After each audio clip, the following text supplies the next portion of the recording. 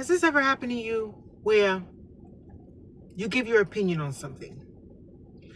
You literally make a prediction on something. And then later on down the line, it could be politics, it could be something going on in your family, but you make a prediction. It could be stock market, whatever. And then later on down the line, your prediction, you got people that are in that field. Let's say you make a prediction on a stock. I know a lot of people did this with Bitcoin. You don't have to be a financial expert or a stock market person, but you make a prediction based on your own common sense and your instincts. You turn out to be right. Well, I've been realizing over the course of several months, it's been happening at a record rate, that a lot of things, whether it's religion, economy, housing market in particular. So I'm listening to this channel that I'm subscribed to on YouTube, real estate channel. Man that's been in real estate for 25 years. He talks to another guy who's an economist, who's an expert. He's like a mathematical genius. I don't do good with numbers. But this guy, he's an attorney in Texas, but he's also like a math phenom. So not only does he know law and real estate law, he knows constitutional law, and he's a math genius. So he said something. I've been watching this video. He said something. I was in the car jumping around screaming because this lawyer math genius said something that I've been saying. Actually, I've been saying for years. And recently, because of the market, I've been saying it even recently. And I'm not going to lie, it makes me feel real smart. It makes me trust me more. It makes me trust my intuition. Because if I can do something based on, not just instinct, but I'm watching certain things. I watch the market. I watch what's happening. And common sense, what I think to be common sense. And then I say something, and then here comes down the line months later, even years later in one instance, that the things that I've been saying are 100% on point, accurate, facts. Let me give you an example. When I was in real estate, I was 22, 23, and I first got my real estate license in New York. I was working for Century 21. When I was learning the real estate game, I got my license. Actually, every time I've gotten my real estate license, whether it's New York or Georgia, I got the first test. I took the test one time. Some people say, oh, I gotta keep taking the test. Okay, but anyway, even the math portion, I was able to ace it the first time. Years ago, when I first started in the real estate game, let me see if I can make this quick, because I have so many thoughts I want to get out, but I'm not going to go into all that. But I remember asking my broker at the time, his name was Michael Amendola. And I remember asking Mike, it was two Mikes. The mortgage guy that he used was named Mike. And I remember during one of the closings inside the little office conference room, I remember saying, not in front of the client, not in front of the buyers, but I remember saying to Mike and to the other Mike, to the mortgage lender guy, this doesn't make any sense. The numbers, we're putting people in a house. We're putting this family in a house. At the time in New York, a house, 3-bedroom, 1 bath, or 1.5 bath, whatever it was, they were running about 159K in Queens. And I remember saying, by the time they finish paying the interest on this house, they're gonna pay about $400,000. I remember the first time I questioned it, I said, the way this shit is set up, in 30 years, they would have paid almost 400 grand for this house. And I'm like, that seems like a scam. This is what I said at 23 years old. I said, this doesn't seem right. Something's wrong. And I was like, no, that's not how it works. You build wealth. And I'm like, well, if they're gonna sell the house after it gets equity, because they kept throwing the word equity. But if they're gonna sell it, because you can't get your own, you can't keep your own equity unless you sell it. You can't, if you go into your equity while you're still in the house, you're technically borrowing your own freaking money. That's how crooked the banks are. And I saw through the scam. Even back then, I saw through the scam. I said, they're not paying $159 for this house. Like, did anybody tell them? Like, this is a ripoff. You might as well rent. You're paying almost $1 million, $500,000 for a house that's not even worth the $159. I was told, yeah, shut up. Just like when I was in Catholic school and I asked Father O'Brien, I never forget, I was freaking 4th grade, and I asked, why are churches so scary? Like, why do they have warlocks on the side of churches? All my life, I realized I've been seeing things a certain way, but being told that I'm crazy. You talk too much. You're crazy. What's wrong with you? Why are you asking that question? What's wrong with you, Natasha? You're such a troublemaker. Why do you see things that way? You're always looking for the negative. No, I'm looking at it for what it is. If I say something negative, it's because that's what it is. So what I said a few months, okay, one thing I said, without a doubt, everybody, not just me, can see this. I said, the bubble's gonna burst. These prices of these houses are shooting up. They're being artificially inflated. Didn't know how I knew that. But I said, there's no way this house is worth $350,000. That was worth $120,000 a couple of years ago. This is bullshit. And if everybody was getting raises to match the prices, then I would say, okay, it's making sense. No, we're not getting raises. We're working twice as hard, making less money, and paying more for everything. And it's because the few have stolen from the many. It's because of fraudulent taxing. It's because of fraudulent taxes on your houses. It's because of the few stealing from the backs of people that work and pay taxes. Okay?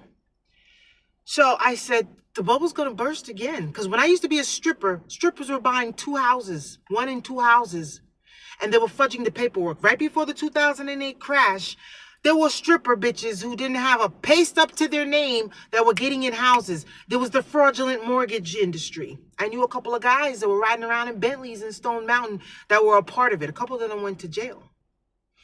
But the bubble burst, right? Now I know what to look for. It's happening again.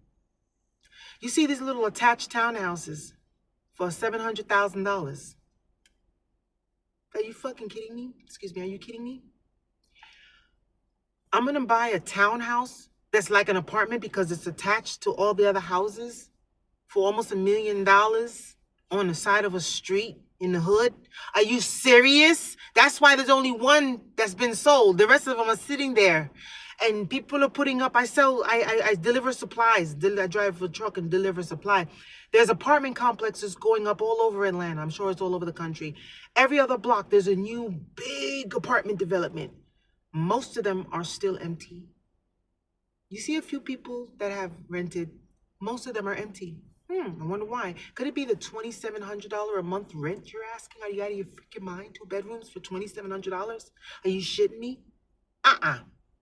And the reason they're sitting there is not because people don't want them. And there are people that are actually stupid enough that have the money, because I've seen them, that are going to buy it because they figure they have the money and they're going to let people take advantage of them. No.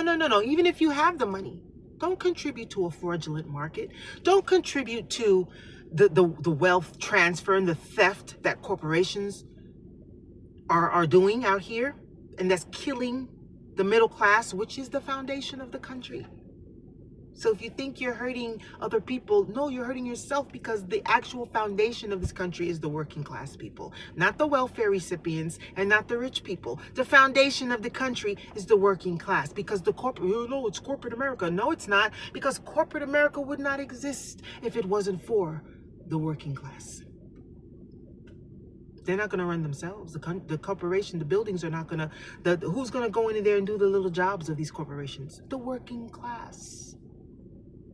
Period.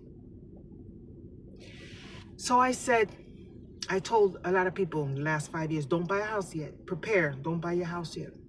No. A few people I know went and bought a house. They're crying now.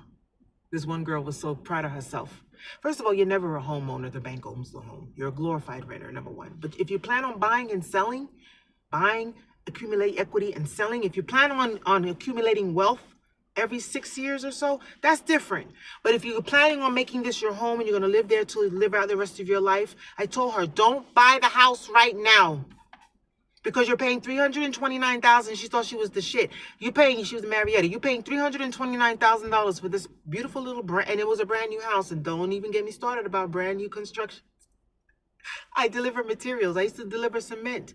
I see how these brand new constructions are built. Most of them in the regular and poorer neighborhoods are built like paper. They're crap.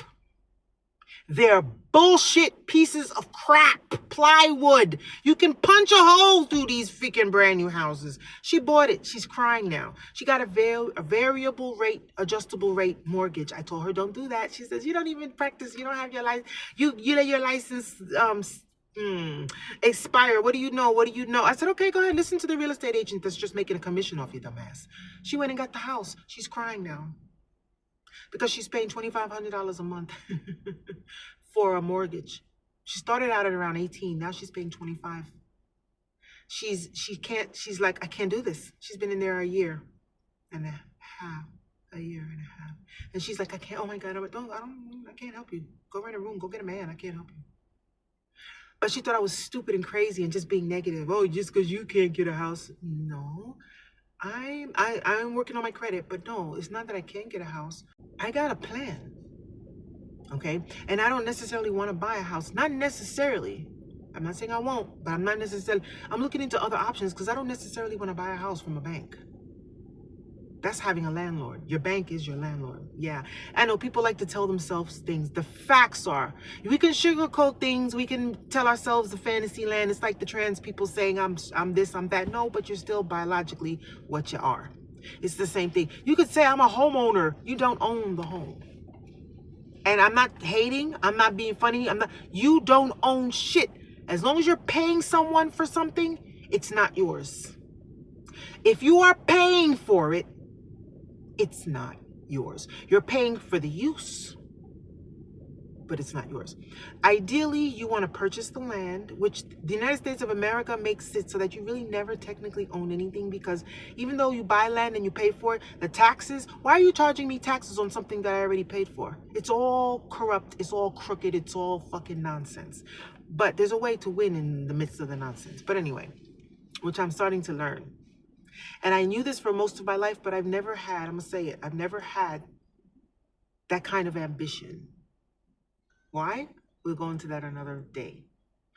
But whoever I was in my former life was somebody, must have been wealthy, and she didn't give a shit, because I've never had materialistic ambition for money. I've never in my life gave a shit about, oh, I gotta get this bread, money. I've never gave a shit about money. That's crazy. If I did, I would have been rich because I got the brain for it. I just never did. Maybe it's depression. I don't know. But anyway, I told her don't buy the house. She bought it. Now she's crying. She wants to get out of it. She's only been there over a year and she wants to get out of it. Told you. Your house is losing now. It's depreciating. It's not going up anymore. It's going to go like this. Then it'll level out. But I'm waiting for it to go like this. Right now, it's like here. It didn't go down. It's not going this way yet, but it's like here. And then it's going to go boom. And when they go down, all the investors, a lot of people, rich people, are going to snatch up houses. And I'm going to get my one little house out of the deal. And I'm going to pay a more reasonable price. Okay? But my point is, there are economists and there are very, very, very smart people who dedicate their life to knowing this kind of thing that are now saying what I've been saying. This is not sustainable. You can't put the price. The foundation of this country are the hardworking people. The hardworking people are not making enough money to afford the apartments and the houses. Therefore, if you destroy the foundation of something, you destroy it. The people who carry this country, the people who financially carry this country are the people who work. Period. Yeah. And if you destroy the foundation, which are the people who work, you destroy the whole organism. If you destroy the economic supply, which are the working people who pay taxes, if you destroy the ones who make the wheel turn, you're destroying the whole thing. And that's what evil doesn't understand. That's what greed doesn't understand. And that's what ignorant people don't understand. Just wait. Don't rent the apartment if they're going to charge you that much for it. I'm already paying 18 and that's too much. Okay, but it's cheaper than 25. Or when I left Vinings, I left 23, 22. So no, you're not going to take advantage of me that way. I'm not buying a house that is on the market for $300,000 and more when it's supposed to be 180 tops. I'm not. Even if you say I'm qualified for the mortgage, I'm not doing that because that's rip-off. You're ripping me off, and I'm not going to be a party to it. And if everybody says no, the prices will go down because they got all these empty apartment buildings everywhere now. And all these new houses and construction and old house, all this stuff, and no one's purchasing and no one's renting. You know why? They're living on the street or their car because they cannot afford it. Even the ones that would if they had it, even the ones that are stupid enough to say, okay, I'll pay $2,700 for a mortgage, even those people that would do it, a lot of them aren't doing it because they can't. The money's not there. They don't make enough. You got a car note, you got car insurance. Even if you don't have a car note, you got insurance. Most people have a note. You got food to eat. You got a lot. Insurance went up too. Don't get me started on car insurance. Everything is skyrocketing except the money your boss pays you, right? So no, even the ones who would can't rent, and that's why people are just sitting there paying mortgages. Millionaires that are building these apartments, they're gonna have to get reasonable because you still got to pay the bank for building that subdivision or for building that apartment complex. Y'all rich people got to pay too. So y'all stocks are plummeting as well. So lower your prices and get realistic.